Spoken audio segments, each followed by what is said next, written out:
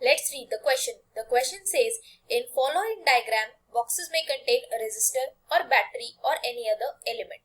Then determine in each case, battery is acting as a source or a load. तो यहाँ हमें दो circuits given है और हमसे पूछा गया है हर एक केस के लिए कि बैटरी सोर्स की तरह बिहेव कर रही है या लोड की तरह बिहेव कर रही है। तो यहाँ हमें जो पता चलेगा कि वो बैटरी जो है वो सोर्स की तरह बिहेव कर रही है या लोड की तरह, उसके लिए जो की कॉन्सेप्ट हम यूज करेंगे वो यूज करेंगे if current is moving from negative terminal to positive terminal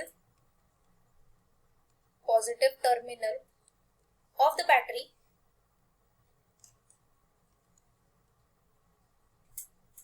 it means it is acting as a load. अगर जो करंट है वो बैटरी के नेगेटिव टर्मिनल से पॉजिटिव टर्मिनल की तरफ मूव कर रहा है, तो मतलब जो बैटरी है that is acting as a load, मतलब वहां पर पे वो बैटरी खुद चार्ज होने के लिए लगी हुई है क्योंकि करंट जो है बैटरी की तरफ मूव करेगा। तो बोल सकते हैं कि बैटरी उस केस में लोड की तरह बिहेव करेगी। बट जब करंट जो है current is moving from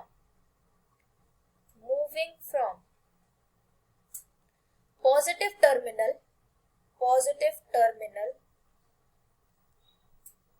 of battery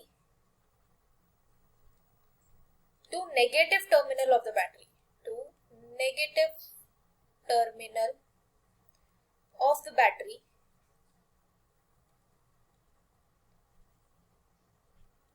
it means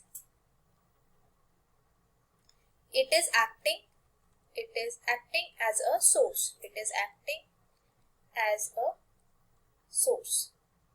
मतलब अगर जो करंट है वो बैटरी की तरफ मूव कर रहा है, मतलब पॉजिटिव टर्मिनल से नेगेटिव टर्मिनल की तरफ मूव कर रहा है, तो इसका मतलब है जो करंट है वो it is away from the battery, it is moving away from the battery. तो इसका मतलब हुआ कि जो बैटरी है वो सोर्स की तरह बिहेव कर रही है और या तो किसी कैपेसिटर को चार्ज कर रही है या किसी रेजिस्टर के पास जा रही है, इनमें से कोई एक चीज हो रही होगी। तो अगर हम फर्स्ट केस में चेक करें तो जो करंट है that is moving from positive terminal to negative terminal and current is moving away from the battery. तो जो फर्स्ट सर्किट है मतलब ए वाला जो सर्किट है it is behaving as a source.